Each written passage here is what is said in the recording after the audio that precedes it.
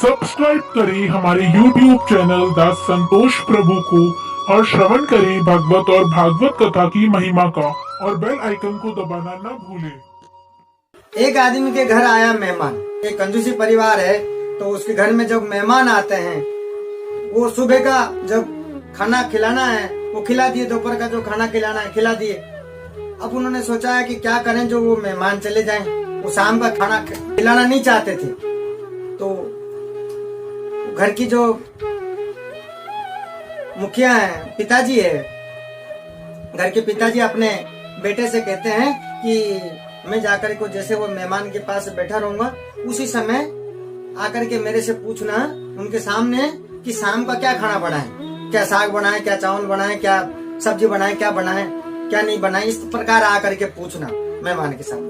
कह करके बेटे को समझा दिए, सिखा दिए और कह करके जाकर के मेहमान के साथ बैठ जाते हैं। एक टाइम खिला दिए, दूसरे टाइम खिलाना नहीं चाहते हैं, कंजूसी परिवार है, तो जाके मेहमान के सामने बैठते हैं। और बैठने के बाद जैसे बातचीत करते हैं और चालू करते हैं, थोड़ी देर के बाद बेटा आता है। बेटा आकर के पूछता है कि पिताजी कि शाम को क्या बनाना है खाना, क्या चावल बनाना है, सब्जी बनाना है, क्या सब्जी बनाऊं, क्या बनाऊं, क्या नहीं बनाऊं। तो इस प्रकार आकर के पूछने लगता है। अब तब वो पिताजी क्या बोलते हैं मेहमान के सामने कि अभी तो मेहमान के साथ थोड़ी देर पहले तो खाना खाया, अब क्या खाना खाना है शाम को? क्या मैं राक्षस हूं जो शाम को खाना खाऊंगा? इस प्रकार कहने लगे कि राक्षस हूं क्या मैं शाम को खाना खाऊंगा? आप मेहमान से पूछ लो। अब मेहमान से पूछे तो मेहमान हाँ करे तो मेहमान राक्षस हुआ, मेहमान राक्षस हुआ। तो मेहमान से जैसे बेटा पूछने लगा तो शाम को आप क्या खाएंगे, क्या बनाएं? तो बोले नहीं। अब मेहमान बोल दे तो फिर पिताजी तो बोल दे क्या मैं राक्षस हूँ क्या जो शाम को खाना खाऊंगा, अभी तो खाना खाया। तो और मेहमान ये बात सुन करके मना करते कि नहीं शाम को और मेरे कुछ खाना नहीं, मैं एक टाइम खाना खाता हूँ, मना कर देते। इस प्रकार खाना मना कर देते हैं। ये कंजूसी परिवार है। तो ऐसे भी लोग होते हैं।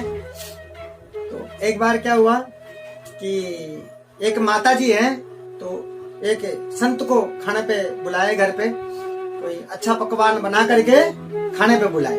तो एक संत जो है वो उनके घर जा करके पहुंचते हैं, माताजी के घर। और पहुंचने के बाद बैठा करके माताजी अच्छे से परसगारी करकुरा करके खाना लगा देती हैं संत के लिए। और खाना लगाते पापड़ देने में माताजी भूल जाती है, और वो पापड़ वहीं रखा हुआ लेकिन देने में भूल जाती है। और रख रुका करके माताजी वहां बैठ जाती है, उधर मुंह करके खाना परस दिए। और वो जो संत है उस खाना को देख करके एकदम थाली भरा हुआ है, लेकिन वो पापड़ नहीं है, पापड़ दूर रखा हुआ है। वो देख करके इस प्रकार सोचते हैं कि यार पापड़ नहीं दिए तो क्या करें। कई बार क्या होता है कि मनुष्य का ये होता है कि जब कोरोना आ जाए तो फिर वो क्या है कि चिंता रहती है 2 करोड़ की। अब कभी 2 करोड़ है, करोड़ नहीं है, तो फिर करोड़ों की चिंता रहती है। तो इसी प्रकार मनुष्य का मन में ऐसा रहता है हमेशा। तो उससे रहा नहीं गया। खाना तो परसगारी पूरा एकदम थाली पकवान भरा हुआ है, थाली के परसगारी पूरी एकदम पकवान भरी हुई है, उसको नहीं खा करके मन पापड़ के ऊपर है। तो करे तो क्या करे, वो संत है। अब वो उनसे रहा ही नहीं गया और वो कहते हैं कि माताजी आज बहुत भाग्यवान हूँ कि आपके दर्शन मिल गया। माताजी बोले ऐसा क्या हुआ? कि रास्ते में आते आते एक बड़ा लंबा सांप मिला, एकदम से यहाँ से लेकर के वो पापड़ की थाली तक, ऐसे यूं कहने लगे। और वो कहते ही माताजी देखे, जैसे पापड़ की तरफ नजर पड़ा और माताजी अरे मैं तो पापड़ देना भूल गई। तो वो तुरंत पापड़ ला करके देने लगी। संत बोलते हैं कि नहीं मैं वो पापड़ की बात नहीं कर रहा था, मैं तो यूं बता रहा था कि सांप कितना लंबा था।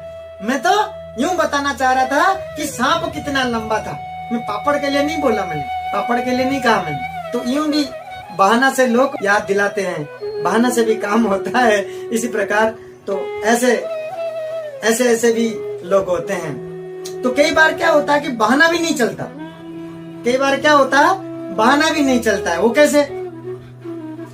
एक किसी के घर में मेहमान आए, और मेहमान आए तो अपना पत्नी बोली पति को कि अरे मेहमान घर से जा नहीं रहे, सुबह खिला दिया, दोपहर में खिला दिया, अब मैं इनको क्या खिलाते रहूंगा? तो पति बोली कि जो सेवा करोगे, खिलाओगे, पिलाओगे तो मेहमान कैसे जाएगा? तो बोले क्या करना चाहिए? बोले अपन को यही करना चाहिए कि अपन दोनों, अपन तो लड़ाई होता ही नहीं, लेकिन झूठी एक बार लड़ाई करेंगे। जैसे मैं लड़ाई करूंगा तो बोलना है कि शाम का मेरे से खाना नहीं बनेगा, आप खुद ही बना के खा लेना। मैं उसी समय कह दूंगा कि मत बना। इस प्रकार ये प्लानिंग करते हैं, प्लानिंग करके और मेहमान के सामने जा करके झूठी वापस में लड़ते झगड़ते हैं। लड़ते झगड़ने के बाद पत्नी बोलने लगती है कि ठीक है, तुम तुम्हारा संभालो और खाना बना के खाओ, मैं शाम को नहीं बना रहा, मैं तो जा रही। तो पति बोल देता है उसी समय कि हाँ ठीक है, मत बनाओ खाना। सारे बातें मेहमान सुन लेते हैं और मेहमान सुन करके सोचते हैं कि तो खाना तो इन्हीं को ही नहीं मिल रहा, हमको शाम को क्या मिलेगा। वो फिर अपना पोटली ले करके निकल करके जाने लगते हैं। और जैसे जाने लगते हैं तो पति क्या करता है, पत्नी को बोलती है अरे क्यों रो रही है? मेहमान चले गया, अब क्यों रो रही है? नहीं मैं कहाँ रो रही हूँ, मैं तो झूठी रो रही थी मैं तो ये सुन करके तो वापस मेहमान वहीं आसपास में ही थे, तो वापस लौट करके आगे बोले मैं भी कहाँ जा रहा था, मैं भी तो झूठा ही जा रहा था। तो मेहमान वापस आ जाता है कि मैं भी कहाँ जा रहा था, मैं भी झूठा ही जा रहा था। तो इस प्रकार कभी कभी बहाना भी नहीं चलता है।